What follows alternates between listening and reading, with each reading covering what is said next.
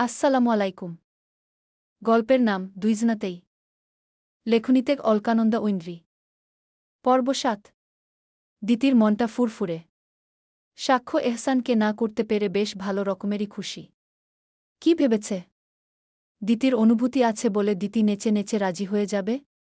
কোনো আত্মসম্মান নেই নাকি তার? দিতি এই ফুরফুরে মেজাজ নিয়েই চায়ের কাপে চুমুক রাখল। এত শান্তি কেন আজকের চাটা? আহ! দিতি চোখ বুঝে গুনগুনিয়ে কোনো একটা গানের সুরও ধরল। ঠিক তখনই তার মা এল সামনে। দিতিকে ফের আবারও বলল, দিতি, আরও একটাবার ভেবে দেখ না। ওরা আবারও বলছিল যে আনুষ্ঠানিক বিয়েটা যদি সেরে ফেলা যায় ভালো হয়। আজাদ ভাই বোধহয় হজ করতে যাবেন। এই কারণেই তারা দিচ্ছিলেন। আমি তো তোকে রোজ গিয়ে দেখে আসবেই। রাজি হয়ে যা। দিতি সরু চোখে চাইল। বলল, তোমার বান্ধবীর ছেলে না হয়ে অন্য কেউ হলে রাজি হয়ে যেতাম আম্মু। কিন্তু এখন রাজি হওয়া পসিবল না। পসিবল না? কেন? সাক্ষ্য কি করেছে? কত ভদ্র ছেলে। দিতি শুনে চাইল। তারপর টেনে টেনে বলল, অনেক ভদ্র। দিতির মা ফোঁস করে শ্বাস ফেললেন। মেয়ের কথা শুনে জানাল, তুই সাক্ষ্যকে পছন্দ করিস না? সহ্য করতে পারিস না? সবসময় ওর নাম শুনলে এমন করিস কেন? দিতি মাথা দুলাল প্রায় সঙ্গে সঙ্গেই। বলল, একদম সঠিক কথা আম্মু। সহ্য করতে পারি না তোমার বান্ধবীর ছেলেকে। এই পর্যায়ে দিতির মাকে হতাশ দেখাল। মেয়ের দিকে চেয়েই ছোটশ্বাস ফেলে বললেন, তো এই বিয়ের ভবিষ্যৎ কি সবসময় এমন থাকবে নাকি? কখনো যাবে না সাক্ষর সংসারে? এইটুকু বলেই যখন মেয়ের মুখের দিকে উত্তরের আশায় তাকালেন ঠিক তখনই হাতের ফোনটা বেজে উঠল। পরমুহূর্তেই স্ক্রিনে চোখ বুলিয়ে বুঝলেন কলটা সাজিয়া আফরোজ করেছেন। এই নিয়ে কয়েকবারই বলে ফেলেছেন দিতিকে রাজি করাতে পেরেছে কিনা। দিতির মা ছোটশ্বাস ফেল। ফোন তুলে ছোটশ্বাস ফেলে বলল, রাজি হয়নি। জানিসই তো ছোট থেকে কি পরিমাণ ঘাট তারা। মনে হয় না রাজি হবে বলে। বরং অনুষ্ঠানটা না হয় পরেই করি। আমার মেয়েটাও আরেকটু সময় থাকুক আমার কাছে। সাজিয়া আফরোজের ফোনটা লাউড স্পিকারেই দেওয়া ছিল। সাক্ষ্য তখন মায়ের থেকে একটু দূরের ডাইনিং টেবিলে চেয়ার টেনে বসে প্লেটে নুডলস খাচ্ছিল। ঠিক এই কথাটা শুনেই ভ্রু বাঁকাল। কি সাংঘাতিক কথাবার্তা! ঘাড়ত্তারা বলেই সাক্ষ্য এই মুহূর্তে অনুষ্ঠানটা করতে চাইছে। যে পরিমাণ ঘাড়ত্তারা আর অবাধ্য যদি বউ হাতছাড়া হয়ে যায়। সাক্ষ্য ছোটশ্বাস ফেলে আগের মতেই মুখচোখ থমথমে করে কান খাড়া করল কি বলছে তা শোনার জন্য। এইবারে তার মা বলল, দেখি একটু দে তো দিতিকে। রাজি কিভাবে করাতে পারিস না তা দেখি। যদি বলেও রাজি না হয় তো আমি আর আজাদ যাব। গিয়ে ঠিকই বুঝাব। দেখ। এইটুকু ক্লান্ত স্বরে বলেই দিতির মা ফোনটা বাড়িয়ে ধরল দিতির দিকেই। ইশারা করে বলল ফিসফিসিয়ে, সাজির সাথে কথা বলো দিতি। কি বলার বলো, তোমাকে অবশ্যই জোর করা হচ্ছে না বুঝলে। তুমি নিজের মতো দিবা। দিতি মাথা নাড়াল। কপাল কুঁচকে ফোনটা কানে নিয়ে মৃদু কণ্ঠে জানাল, আসসালামু আলাইকুম সাজি আম্মু, কেমন আছো? কি করে ভালো থাকি? তুই তো আমাদের বাড়ি আসতে রাজি হচ্ছিস না আম্মু। আসবি না? আমার পরিবারে কেউ কি তোর সাথে খারাপ কিছু করেছে আম্মু? এত অসুবিধা কিসের? দিতি শুনল। তারপর উত্তর করল, তোমাদের পরিবারে যেতে কোনো অসুবিধাই নেই আমার। মোটামুটি সবাই ভালো তোমরা। শুধু তোমার নাক উঁচু ছেলেটা ছাড়া। ওপাশে সাজিয়া আফরোজ ভ্রু কুঁচকালেন। কার কথা বললেন? সাক্ষ্য নাকি সামনে? বললেন, কে? সাক্ষ্য? অবশ্যই। সাজিয়া আফরোজ বুঝলেন। দুইজনের মধ্যে যে বনিবনা খুব একটা নেই এটাও তারা আগে থেকেই আন্দাজ করেছিল। ছোট স্বরে বললেন, আর খারাপ ব্যবহার করবে না ও আম্মু। কথা দিচ্ছি আমি। তবুও না। কেন? দিতি ফোঁস করে শ্বাস ফেলে জানাল, উনি নিজেই বলেছিলেন ভার্সিটি লাইফ যতদিন না শেষ হচ্ছে ততদিন যাতে বিয়ের আনুষ্ঠানিক অনুষ্ঠান না হয়। মনে আছে আন্টি? আছে। কিন্তু এখন তো সাক্ষ্যও একমত আম্মু। তুই কি এই জন্য রাজি হচ্ছিলি না? দিতি শুনল না। তার শুধু মনে পড়ল সাক্ষ্য প্রথমে স্টুডেন্ট বিয়ে করবে না বলে দিতির সাথে আগদে রাজি হতে চায়নি। মনে পড়ল আগদের পর ও কোনো আগ্রহ না দেখানোর কথা। মনে পড়ল সেদিন ক্লাস থেকে বের করে দেওয়ার কথাও। কি ভাবেন নিজেকে হু? এইটুকু মনে করেই দিতি উত্তর করল, না। স্টুডেন্ট বিয়ে করছে জানাজানি হলে এখন উনার সম্মান যাবে না? কতজনই তো স্টুডেন্ট বিয়ে করে। ওটাতে কি সম্মান যাবে পাগল? উনার যাবে কিনা জানি না, তবে উনার মতো নাক উঁচু ইগোয়ালা পুরুষ মানুষ বিয়ে করেছি জানলে আমার বন্ধুবান্ধবরাই আমাকে রোস্ট করবে। সাক্ষ্য সবটাই শুনছিল। নিজের এতগুলো বদনাম বিনা শব্দেই হজম করছিল বসে বসে।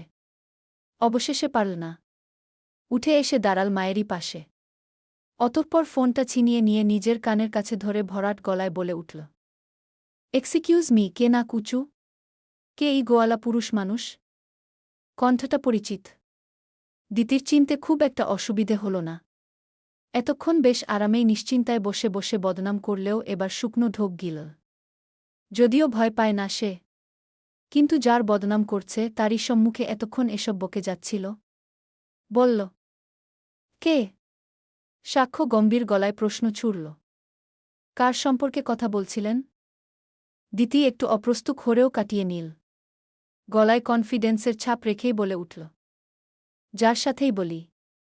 কান পেতে শুনছিলেন কোনো আক্কেলে? ঠিক। এতদিন তো ভাবতাম সাক্ষ্য এহসান খুব ব্যক্তিত্ববান পুরুষ। আর এখন কিনা কান পেতে মানুষের কথা শুনে। সাক্ষ্যর মুখচোখ কেমন গম্ভীর হয়ে এল। চাহনি শান্ত। বোধহয় রেগে যাচ্ছে।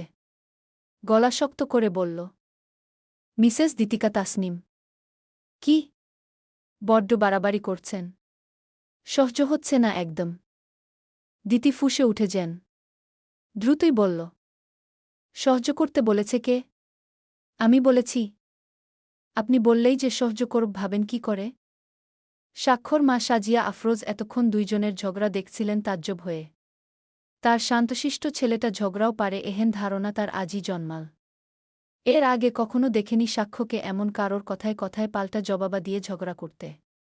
সাজিয়া আফরোজ হাসলেন দুইজনের কাণ্ডা দেখে। এক পর্যায়ে বললেন, আহ সাক্ষ্য, কি শুরু করেছিস এসব? এইটুক বলেই ফোন কেড়ে নিলেন ফের। দিতিকে দ্রুতই বলে উঠলেন, শোন দিতি, সাক্ষ্য তোর কথা কান পেতে শুনছিল না আম্মু। ও টেবিলেই বসা ছিল। ফোনটাই লাউড স্পিকার দেওয়া ছিল। তাই শুনেছে। দিতি শুনল। উত্তর শুনে খুশি হল না সে। দ্রুতই বলে উঠল, ছেলের হয়ে কথা বলা শুরু করে দিয়েছ সাজি আম্মু? আরেহ না। সত্যিই বোকা। তুই একটু ভাব আম্মু। ভেবে মতো জানা হু? দিতি তীব্র বিরোধিতা দেখি দ্রুত বলল, মতো জানানোর কি আছে সাজি আম্মু? ভার্সিটি লাইফ শেষ হওয়া অবধি মতো নাই থাকবে সাজি আম্মু। উনি আমার টিচার, আমি উনার স্টুডেন্ট। আপাতত টিচারকে অন্য কোনো নজরে দেখতে চাই না। এখন রাখি হু? ভালো থেকো সাজি আম্মু। এইটুকু বলেই দিতি ফোন রাখল। অপর দিকে সাজিয়া আফরোজ চাইলেন ফোনের দিকে। না বলে দিল। ছোটশ্বাস ফেলে ফোনটা একপাশে রেখেই সাক্ষ্যকে বললেন, না বলে দিল। তোরা দুটোই কেমন জানি। অদ্ভুত। একটা তুই, আরেকটা দিতি। এমন জানলে বিয়েই দিতাম না গে। সাক্ষর মুগ্ধমুতমে। বেশি উড়ছে মেয়েটা। একটু বেশিই উড়ছে। আকধ হওয়া বরকে এত ইগনোর করার সাহস হয় কি করে? সাক্ষ্য ওভাবেই বলল, তোমার বান্ধবীর মেয়ে কি আমাকে রিফিউজড করল আম্মু? আনুষ্ঠানিক বিয়েতে না করে কি বুঝাচ্ছে? আমি উনাকে বিয়ে করতে খুব করে চাইছি। সাজিয়া আফরোজ ফোন করেও বিপাকে পড়লেন। ঝামেলা কমার বদলে বোধহয় বাড়ছেই। এই যে দুইজনের সমস্যা কমাবে ভাবল অথচ দুইজনই আরও দ্বিগুণভাবে বেঁকে বসে আছে। সাক্ষ্যকে শান্ত রাখার জন্য বললেন, আয়েহ নাহ না। রিফিউজড কেন করবে? বল তো ভার্সিটির পর করবে বিয়ে। সাক্ষর মুখচোখ আরও গম্ভীর। আরও থমথমে। কেমন রাগ রাগ ভাবছেন। অতঃপর ওভাবেই যেতে যেতে পা বাড়িয়ে বলল, এটা রিফিউজডই আম্মু। সাজিয়া আফরোজ ডাকলেন পিছনে থেকে মুহূর্তেই। সাক্ষ্য উ। সাক্ষর উত্তর এল না। ওর শুধু মাথায় এটাই ঘুরছে ওকে না বলেছে। উইটুকু দিতি তাকে না করেছে। মানা যায় এহেন কথা? সাক্ষ্য কল দিল দিতিকে। একবার, দুইবার, তিনবার কল যাওয়ার পর দিতি কল তুলল। আর ঠিক তখনই সর্বপ্রথম সাক্ষ্য বলে উঠল। কয়বার রিফিউজড করছেন সাক্ষ্য এহসানকে? দিতি ভ্রু কুচকায়। প্রথমেই এমন প্রশ্ন কেন? কপাল কুচকে বলল। কয়বার? গম্ভীর কণ্ঠে ভেসে এল। আপনি জানেন না? আজব! কি করে জানব? সাক্ষ্য থামল। তার ঠিক একটুখানিক পরই বলল। দিতি, আমাকে রিফিউজড করে পরে কিন্তু ভুগতে হবে আপনাকে। দেখে নিবেন। কি আশ্চর্য! খালি রিফিউজ নিয়ে পড়ে আছেন গু। সাক্ষ্য ঠোঁট বাকাল এবারে কিঞ্চিত। বলল। নেচে নেচে আক্ত করেছেন, কবুল বলেছেন। সংসার করবেন না কেন? দিতির ও মনে হল এই প্রশ্নের জবাবে সে একটা চমৎকার উত্তর দিতে পারে। অন্তত উত্তরটা দিয়ে সে খুবই সুখ সুখ অনুভব করবে। তাই তো দ্রুত বলল। আপনি আমার স্যার না? স্যারের দিকে তাকানোই যায় না, আবার সংসার করব? কিভাবে সম্ভব? সাক্ষ্য ভ্রু বাঁকায়। বলে। যেভাবে মায়ের বান্ধবীর ছেলের প্রেমে পড়া সম্ভব হয়েছে সেভাবেই। দিতি প্রায় সঙ্গে সঙ্গেই বলল। অসম্ভব। আপনার সাথে একই রুমে থাকব, একই আলমারিতে জামাকাপড় রাখব, একই ড্রেসিং টেবিল ব্যবহার করব, একই বিছানাতে ঘুমাব। নির্ঘাত খুনাখুনি হয়ে যাবে দেখবেন ঘু। তো একই রুমে থাকাটাই প্রবলেম? এর জন্য সংসার করবে না মিসেস দিতিকা তাসনিম? প্রবলেম না? আপনার সাথে একই রুমে থাকা যাবে না। সাক্ষ্য ভ্রু বাঁকিয়ে বলল। কেন? সমস্যা? সাক্ষ্য হাসল বোধ হয় এবারে। বলল। যেমন? সহ্য করতে পারি না আপনাকে আমি। এটাই প্রবলেম। তাহলে সহ্য করে নিন। আপনি চাইলে এক রুমে থাকাটাও প্র্যাকটিস করে নিতে পারি, যাতে খুখ নাখুনি না হয়। দিতি তবুও মানল না। কাটকাট গলায় বলল। তবুও হবে না। আমি সংসার টংসার করব না আপাতত আপনার সাথে। কিন্তু করতে হবে। রুমে থাকা এটাই প্রবলেম, তাই না মিসেস সাক্ষ্য এহসান? So we can try this first, right? দিতি মুহূর্তেই গলা উচাল। বলল। আমার আম্মু, আপনার আম্মু অকালে সন্তান হারা হবে? এটাই চান? সাক্ষ্য ঠোঁট বাঁকিয়ে হাসল কেমন। বলল। অকালে অন্য কিছু হতে পারে। লাইক দাদি, নানিগ। দিতি শুনল। শুনেই মাথায় দপাত প্রাগ নিয়ে বলল। টিচার হয়ে কয়জন স্টুডেন্টের সাথে ফ্লার্ট করেন রোজ? ফ্লার্টিং লেভেলতে খুব হাই। এভাবেই মেয়ে পটান হু। বাইরের পরিবেশটা আজ শীতল। ঝিরঝিরে বৃষ্টি হচ্ছে বাহির জুড়ে। আকাশে কালো মেঘেদের চোখে মিলছে তখনও সাক্ষ্যরা তখনও বাসাতেই আজ দিতিদের বাসায় যাওয়ার কথা আছে তাদের। দিতির বাবাই বলেছে সরাসরি বসার জন্য। আর এইটুকুও বলেছে যে দিতি অবশ্যই রাজি হবে। ও এতটাও অবাধ্য নয়। শুধু ছোট থেকে মা বাবার আদরে আদরে বড় হয়ে একটু তিরিং বিরিং করে এই। সাক্ষ্য অবশ্য সারা সকালটা বাইরেই ছিল। দুপুরের একটু আগে যখন বাসায় তখন সাজিয়া আফরোজি বললেন। এত দেরি করে ফিরলি কেন? দিতিদের বাসায় যাব বললাম না? মেয়েটাকে রাজি করাতে হবে তো। ভালোই ভালো, তোদের বিয়েটা হলে বাঁচি। সাক্ষ্য শুনল। ভ্রু বাঁকিয়ে বলল। তো আমি কেন যাব? উপরে এটা বললেও অথচ এই সাক্ষ্যই মনে প্রাণে চায় তার বউ রাজি হোক এই আনুষ্ঠানিক বিয়েতে, তারপর একান্ত তার হয়ে এই বাড়িতে পা রাখুক। তারপরই এত বাড়াবাড়ি করা দিতিকে সে নিজ হাতে গুছিয়ে নিবে। অবাধ্যতা করাটাও খুব ঠান্ডা মাথাতেই সামলাবে। শুধু সময়ের অপেক্ষা। সাক্ষর মা ছেলের এমন নিরাশ ভাব দেখে বললেন। তুই যাবি না মানে? তোরই তো বিয়ে। দিতিকে রাজি করাতে আমরা বাসার সবাই যাচ্ছি আর তুই বলছিস তুই যাবি না? আশ্চর্য! সাক্ষ্য শুনল।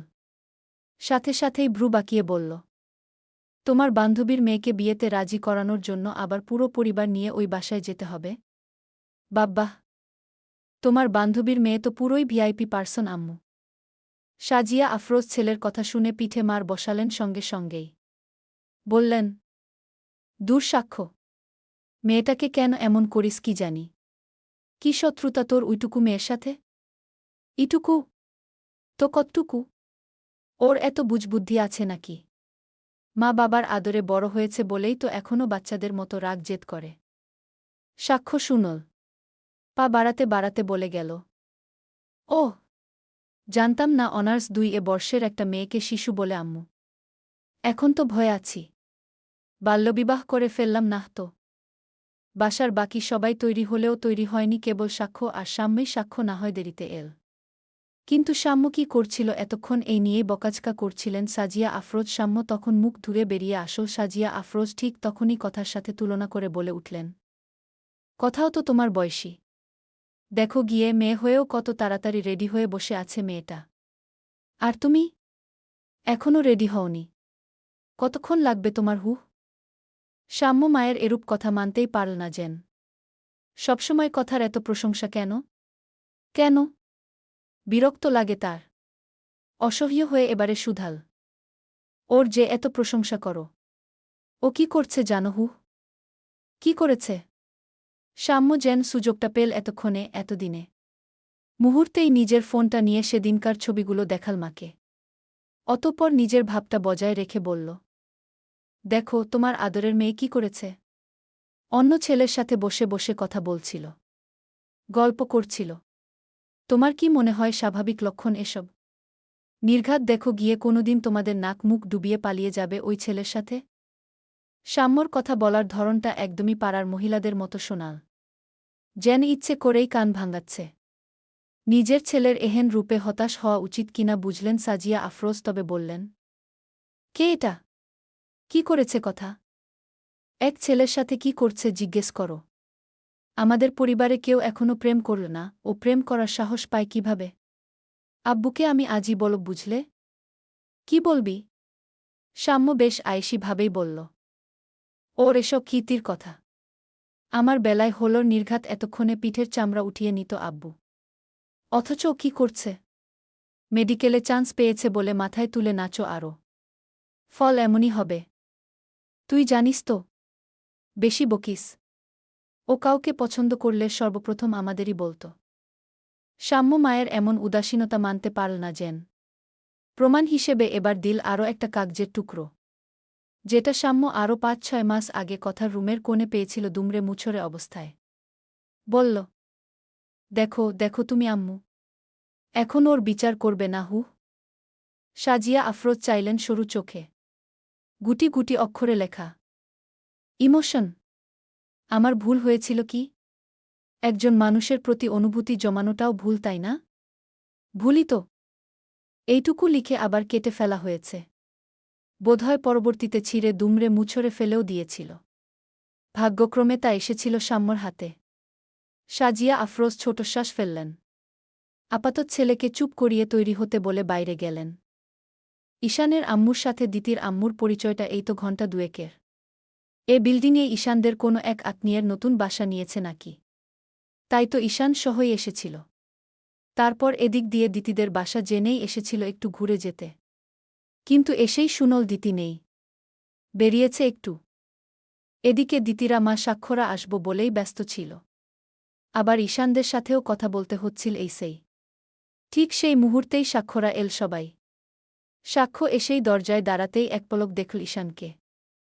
ঈশান, এই বাসাতে? হোয়াই? এইটুকু বিড়বিড় করেই নিজে নিজেই ভ্রু নাচাল। দিতির সাথে নিশ্চয় ঈশানের সম্পর্ক খুব ভালো রকমেরই। সত্যি সত্যিই অ্যাকসেপ্ট করেছে নাকি? সাক্ষ্য যখন জুতো খুলে বাসায় পা রাখব ঠিক তখনই নিচ থেকে তার বাবা বলে উঠল, সাক্ষ্য এসব নিয়ে তো যাও। সাক্ষ্য ছোটশ্বাস ফেলে ফের পা বাড়াল। তবুও মাথায় ঘুরল শুধু ঈশানের উপস্থিতি। এতটাই ভালো সম্পর্ক যে বাসায় চলে এসেছে। বাহ বাহ। সাক্ষ্য এইটুকুই মনে মনে আওড়াল। অতঃপর গাড়ি থেকের জিনিসপত্র নামাতে নামাতে একবার শুনতে পেল ঈশানের গলাটা, দিতি তুমি তো বাসায় নেই। অনেকটা সময় ছিলাম তোমার জন্য। চলে যাচ্ছি এখন। বাহ, কি প্রেম! সাক্ষর এখন সত্যিই মেজাজ খারাপ হচ্ছে। সত্যি সত্যিই যদি দিতি ঈশানকে অ্যাকসেপ্ট করে তো দিতিকে সাক্ষ্য কি করবে? এইটুকু ভেবেই থমথমে মুখ নিয়ে পা বাড়াল সে। বড়রা তখন সবাই ড্রয়িং রুমে বসেছে। এই সেই কথা বলছে, সাক্ষ্য বসেছে অন্য পাশটায়।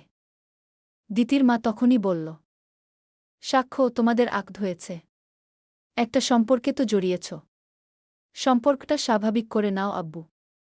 দুইজনই ইগো নিয়ে চললে কিভাবে হয় বলো? তোমরা তো কেউই কাউকে সহ্য করতে পারো না। এমন হলে হবে বলো? আমার মেয়েটা বাচ্চা এখনো। মনে যা রাগ ওর। ও যেটা বলবে সেটাই ও করবেই। এই দেখো না, আজও বেরিয়ে গেছে। কারণ এটা ওর জেদ। না জানি বিয়ের অনুষ্ঠানটাও ও করবে কিনা। মত দিবে কিনা। সাক্ষ্য শুনল। জেদ? যা বলে তাই করে? সংসার করবে না বলেছে এটাও সাক্ষ্য মেনে নিবে হু? গম্ভীর স্বরে বলে উঠল। আন্টি, আক্তটা আপনার মেয়ের ইচ্ছেতে হয়েছে। বিয়ের অনুষ্ঠানটা এবার আমার ইচ্ছেতে হোক। আপনার ঘাড়তারা মেয়েকে ঘাড় সোজা করিয়ে শীঘ্রই রাজি করান। নয়তো ঘাড় সোজা করার দায়িত্বটা আমি নিজ দায়িত্বেই কাঁধে তুলে নিবগু। সাক্ষ্য এইটুকু বলেই চায়ের কাপে চুমুক রাখল। যেন স্বাভাবিক একটা কথা। দ্বিতীয় প্রায় আধ ঘণ্টা পর সাক্ষ্য এসেছে জেনে আসবেই না বলেছিল সে অবশেষে বাবার কল এবং জোরাজুরিতে এসেছে। কারণ বাবাকে সে খুবই মেনে এসেছে ছোটবেলা থেকে। দিতি এসে নিজের ঘরে বসতেই সবার প্রথমে কথা বলল। আরে দিতি, রাজি হয়ে জানা। আমার ভাইয়া সত্যি তোকে ভালোবাসে। দিতি ফুঁসে উঠে বলল। তোর ভাইয়া একটা গিরগিটি কথা। উনার পক্ষ নিয়ে কথা বলিস কি করে? তো কার পক্ষ নিয়ে কথা বলবো? পাশ থেকে সাম্য তখন মুখ ভেঙ্গিয়ে বলল। ও নিজেই তো একটা এলাচি। আমাদের সুস্বাদু বিরিয়ানিময় ফ্যামিলিতে ও নিজে আসত এক এলাচি। তুই ওর কথা শুনিস না দিতু। আমার কথা শোন। তোদের বিয়ে তো এমনিতেও হয়ে গেছে, তোর উচিত এখন ভাইয়ের কাজ চাপকে ধরে সারাক্ষণ পর কি না কি করছে। পুরুষ মানুষ। বিশ্বাস আছে বল? এমনিতেও বিশ্বাস নেই তোমার ভাইয়ার উপর। সাম্য তাকিয়ে বলল। এই কারণেই বলছি আমাদের বাড়ি চল। সারাক্ষণ পর্ক করতে পারবি। জামাই ভাগলে লোকে তোকে বলবে পালানো জামাইয়ের বউ। দিতি কপাল কুঁচকে তাকালে বারে। বলল। সাম্য ভাই, চালাকি করবে না আমার সাথে। তোমার যে একই দল তা আমি জানি। সাম্য এবার কাদো কাদো হয়ে চাইল। বলল। তো করবি না তুই বিয়ে? বিশ্বাস কর বই, বহুকাল হলো আমি বিয়েতে নাচি। মাজাটা ঝং ধরে গেছে। তোদের বিয়ের অনুষ্ঠানে না চলে তাও একটু আমার কোমরটা ঠিক হতো। দিতি পরবর্তী নাটক দেখার জন্য বলল। তারপর? বহুকাল হলো আমি বিয়ে খাইনি দিতি। আমার পেটের নাড়িবুড়িগুলো শুকিয়ে গিয়েছে বইন শুধু একটু বিরিয়ানির জন্য। অথচ এমন নিষ্ঠুর কি কর হোস? এই হতভাগা ছেলেটার পেটের প্রতি একটু দয়া করবি না? একটুও না? একটু বিরিয়ানি খেতে দিবি না? দিতি দাঁতে দাঁত চাপল। বলল। তুমি প্লিজ আমার সাথে রেস্টুরেন্টে চলো। আমি তোমায় পেট পুরে কাচ্চি খাওয়াব। ওই খাচ্চি খাওয়া আর বিয়ে খাওয়া এক না রে বইন। ঠিক ওই মুহূর্তেই ওখানে এল সাক্ষ্য ও। এসেই গলা ঝাড়ল। দিতির দিকে শীতল এক চাহনি ফেলতেই সাম্য আর কথা সুরসুর করে বের হয়ে গেল এক মুহূর্তেই। সাক্ষ্য বলল। যদি ঈশানকে সত্যি সত্যিই অ্যাকসেপ্ট করার চিন্তাভাবনাও করেছেন না মিসেস সাক্ষ্য এহসান? সোজা মাথা ফাটিয়ে চিন্তাভাবনা করার সক্ষমতায় দূর করে দিব। ফের পর মুহূর্তেই আবার প্রশ্ন করল। এতই ভালো সম্পর্ক যে ঈশান তার মাকে নিয়েই চলে এসেছে আপনাদের বাসায়? ওয়াও, দারুণ। আমার কি খুশি হওয়া উচিত? দিতি এবারে মজা পেল যেন। বলল। শুধু এসেছে? বাকিটা শুনেননি? ঈশান তো ওর মাকে নিয়ে এসেছিল বিয়ের প্রস্তাব দেওয়ার জন্য। সাক্ষ্য এক পা করে এগোল। একদম দিতির সামনে দাঁড়িয়ে ভ্রু নাচিয়ে বলল। তাই নাকি? তাহলে আপনাকে সত্যি সত্যিই ডাবল বিয়ে দেওয়া উচিত। রাজি? সাক্ষ্য আরও এক কদম এগোল এবারে। দৃষ্টি কেমন ধারালো যেন। ঠোঁটে বাঁকা রেখা দৃশ্যমান। দিতি সে দৃষ্টিতে নজর ফেলে বলতে নিতেই টের পেল সাক্ষ্য তার কোমর টেনে ধরেছ নিজের বাম হাতে। ভ্রু নাচিয়ে বলল। এটাই শেষ বুঝানো। সোজাসুজি বলছি, শীঘ্রই রাজি হয়ে আমার আম্মুর সংসারে ট্রান্সফার হবেন। অন্য কারোর সংসার তো দূর নামটামও ভাবা যাবে না। ওকে? তারপরই সাক্ষ্য ফের আবার আগের মতে ভদ্রছেলে সেজে বেরিয়ে গেল। দিতি আহাম্মকের মতো চেয়ে রইল। কি সাংঘাতিক! এই লোকের হুট করে কাছে আসা, হুট করে চলে যাওয়া সবই অদ্ভুত। একবার এক রূপ দেখানো এটাও অদ্ভুত। দিতি সেদিন ভার্সিটি থেকে ফিরছিল সবে। রাস্তার মাঝপথেই প্রায় স্বাক্ষর গাড়ি এসে থামল তার সামনেই। গাড়ির গ্লাস নামিয়েই সর্বপ্রথম বলল, উঠে পড়ুন। কেন? উঠতে বলেছি বলে। আপনার আম্মুই বলেছে। কেন বলেছে? কি করে জানব? দিতি এবারে উসখুস করে উঠে বসল। সাক্ষ্য বাঁকা হাসে এবারে। গাড়ি চালাতে চালাতে পকেট থেকে ফোনটা নিয়ে কল দিল তার আম্মুকে। বলল, আম্মু বের হচ্ছি। 3 দিন কি 4 দিন লাগবে ওখানে। এরপর চলে আসব। চিন্তা করো না। দিতি চাইল মুহূর্তেই। ভ্রু কুঁচকে সঙ্গে সঙ্গেই বলল, কোথায় যাচ্ছি আমরা? সাক্ষ্য ফোন রেখে বাঁকা হাসল। বলল, এক্সপেরিমেন্ট করতে। আসলেই এক রুমে থেকে খুনাখুনি হয় কিনা তা গু। গল্প ভালো লেগে থাকলে অবশ্যই একটা কমেন্ট করে যাবেন আর সাবস্ক্রাইব করে রাখবেন যাতে পরের পর্ব পোস্ট করার সাথে সাথে আপনি পেয়ে যান।